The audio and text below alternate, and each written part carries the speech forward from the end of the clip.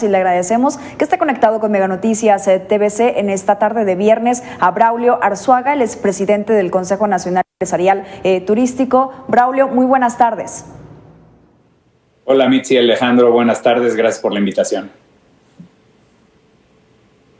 ¿Qué tal? Muchas gracias. Pues primero para conocer el contexto de cómo se encuentra el sector turístico en nuestro país y cuánto tiempo más podría llevar a cabo la recuperación. Nosotros quisiéramos que lo que resta de este año y el que sigue, pues ya pudiera haber un repunte. Sin embargo, pareciera que la perspectiva no es esta.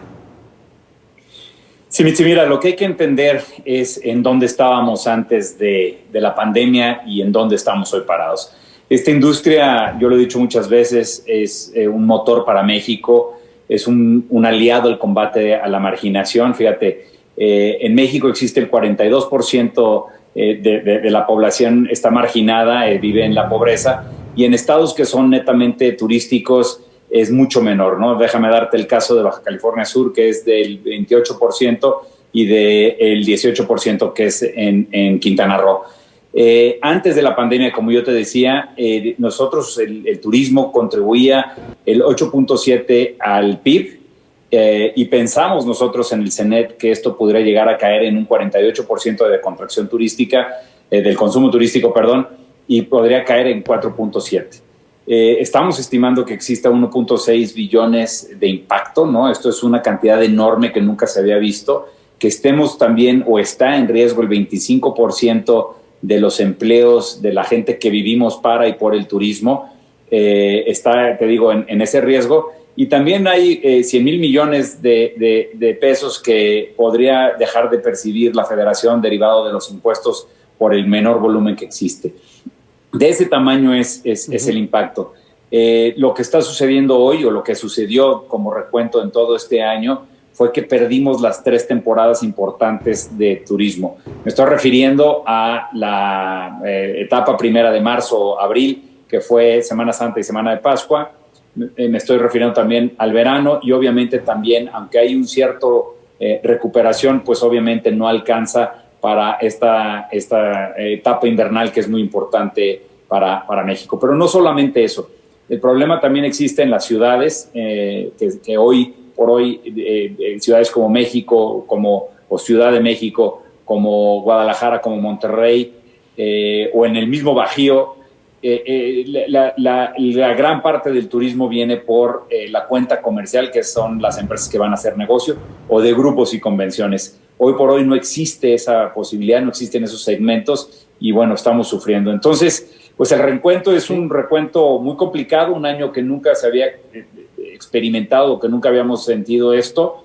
Lo que sucedió con el H1N1 pues fue nada, que ahí pensábamos que era la tormenta perfecta, pues bueno, no se compara con lo que ha sucedido. Claro. En las imágenes veo también ciertas cuestiones como naturales, ¿no?, que hemos tenido también en el sureste, que bueno, a pesar de que estamos viviendo una pandemia, pues fue un año muy complicado también en desastres naturales y en huracanes. Braulio, ahorita que comentabas la importancia para el Producto Interno Bruto de este país del sector turismo, yo te preguntaría, ¿cuántos empleos hasta ahora se han perdido? ¿Cuántos más se estima que van a perder? Sobre todo con estos protocolos que al final del día representa, pues sí, una inversión importante de las empresas, mantener los cubrebocas, el gel antibacterial, estos protocolos sanitarios que sí requieren también pues, inyectarle dinero.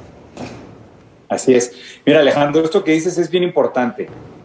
Nosotros, todos los protocolos de bioseguridad que se han hecho en toda la industria turística, y me refiero al transporte terrestre, al transporte aéreo, a los hoteles y a todos los demás, digamos, subindustrias que existen en esta industria turística, pues hemos invertido mucho, como tú has dicho, y no le estamos trasladando ese costo al cliente. Es un costo para nosotros.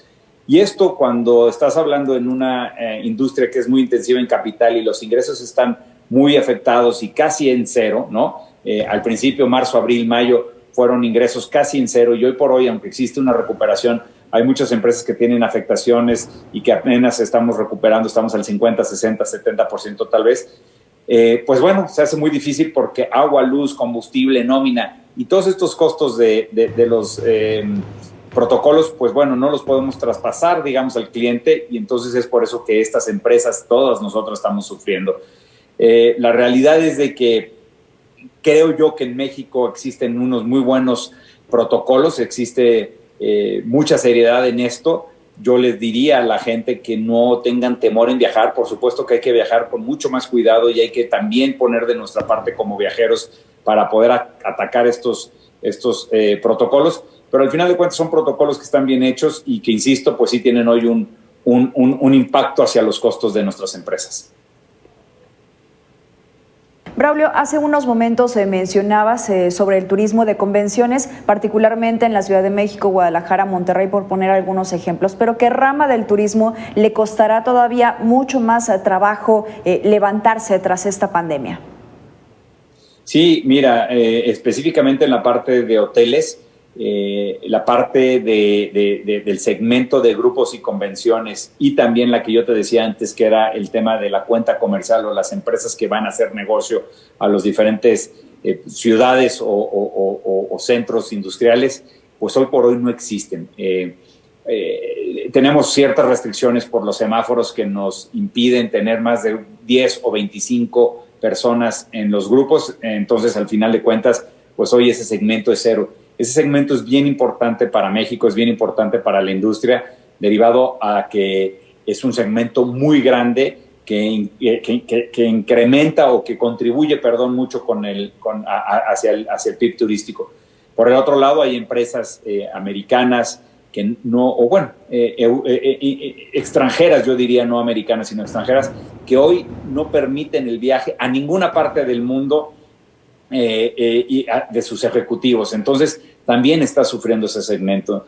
Hoy lo que estamos viendo es que existen solamente segmentos, déjame decirte, en sol y playa, que van a disfrutar de ocio y etcétera, pero el volumen no es mucho o el volumen no es tan grande para poder soportar los altos costos que tiene esta industria. Braulio, déjame preguntarte, y la experiencia también a nivel internacional, ¿qué nos dice respecto a los mensajes encontrados entre el gobierno federal y también las entidades para asumir los semáforos epidemiológicos? El gobierno dice en algunos casos naranja, ellos se van a amarillo. ¿Qué tanta esta descoordinación también ha pesado para el sector, para la recuperación organizada? Mira, Alejandro, nosotros respetamos, digamos, porque no somos expertos. Sí. Lo que pedimos es siempre claridad y también antelación para saber este tipo de cambios que se pudieran llegar a dar con los semáforos. Hoy por hoy, y derivado de los semáforos que existen, tienes una cierta ocupación en hoteles o tienes una cierta ocupación en el transporte. Déjame tomar como ejemplo igualmente la hotelería. Si hoy estás en rojo, solamente tienes el 15%, si estás en naranja tienes el 30%, si estás en amarillo el 60% y si estás en verde tienes el 100%. Nosotros, para poder operar de buena forma y poder dar el servicio que se requiere, etcétera, y poder también planear, porque al final de cuentas hoy todos estamos sufriendo en nuestra parte del estado de resultados, es necesario que sepamos con antelación estos cambios, digamos, de semáforo para poder adecuar nuestra operación.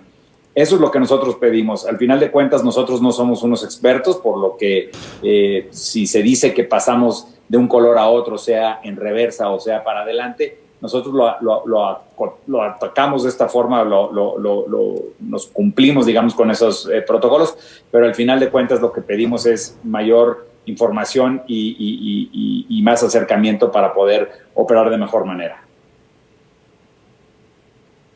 Esto que te preguntaba, Alex, hace un momento, esta última pregunta, Braulio, déjame también pues agregarle todo este asunto de la subcontratación, todo este asunto del outsourcing, estos mensajes que está dando el gobierno federal, estos anuncios que está dando el gobierno federal, de alguna forma también en el sector turístico, a los hoteleros, a los empresarios de este sector, de alguna forma les da cierta incertidumbre en medio de este momento tan revuelto que se encuentra el mar. Sí, mira, Mitzi, la realidad es de que hay insourcing o outsourcing que es correcto. El mismo gobierno echa mano de este recurso. Y hay otra gente que ha abusado y eso no lo podemos tapar con un dedo. Sin embargo, no creemos que deba de ser o blanco o negro. No debe, si existe abuso, debe el gobierno de atacar a las personas que han abusado en este sentido. Pero insisto, en todas partes del mundo existe ese tipo de prácticas, que son prácticas que están dentro de la legalidad, mientras tanto estés en ese, déjame decirle, recuadro de la legalidad, y muchas de las empresas, insisto, están así. Entonces, para nosotros ya no podemos cargar con más costos. Hay costos también que se incluyen o que se pretenden poner para el teletrabajo, ¿no? Como el pago de cierta parte del Wi-Fi o de la luz. Y también existe este tema del outsourcing o del insourcing que te digo, no debe de ser o bueno o malo, ¿no? Debe de ser, son simplemente dentro de la legalidad. Entonces, al final de cuentas, nuestra mano que levantamos, la bandera roja que levantamos es sobre, sí, debemos de evaluarlo, por supuesto, pero no debe de ser satanizado. Bueno, Braulio, es una buena noticia que las negociaciones se vayan hasta el próximo año, pero ustedes ya tuvieron acercamiento, hicieron llegar estos mensajes a través de las reuniones en Palacio Nacional hace tan solo unos días. Sí, nosotros como Consejo Nacional Empresarial Turístico hemos puesto esta postura que te he dicho y hemos tratado de sensibilizar a los gobernantes sobre la importancia que tiene en tomar decisiones correctas. Déjame darte otro ejemplo. Si el CPTM no funcionaba a los ojos del nuevo gobierno derivado de que la posible o no posible corrupción, lo que debíamos de haber hecho es corregir esa oficina, pero mantener esa promoción, porque al final de cuentas hoy no la tenemos. Entonces, te insisto, este es otro ejemplo que doy en el que lo que quiero hacer notar es que no es un sí o un no, sino que hay que entrar a entender cuáles son estas posiciones o cuáles son esas conceptualizaciones que se tiene y corregir lo que se tenga que corregir.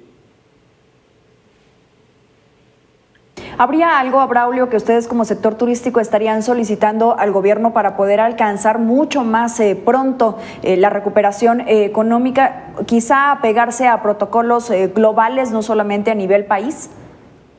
Mira, nosotros desde el 18 de marzo hicimos una carta pública y también tocamos la puerta de Sectur, tocamos la oficina, en ese entonces la oficina de presidencia con el ingeniero Romo, tocamos economía, tocamos Hacienda, y lo que les comentamos es que era importante diferir las obligaciones que ya habíamos contraído, y te estoy hablando específicamente en el pago de impuestos.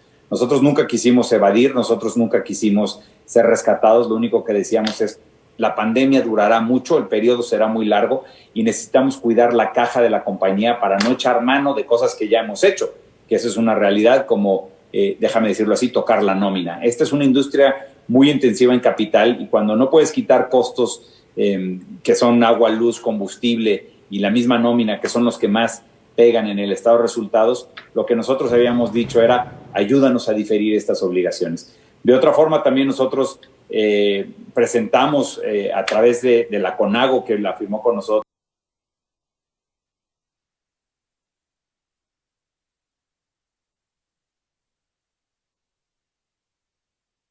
obligaciones. De otra forma, también nosotros presentamos a través de la CONAGO, que la firmó con nosotros,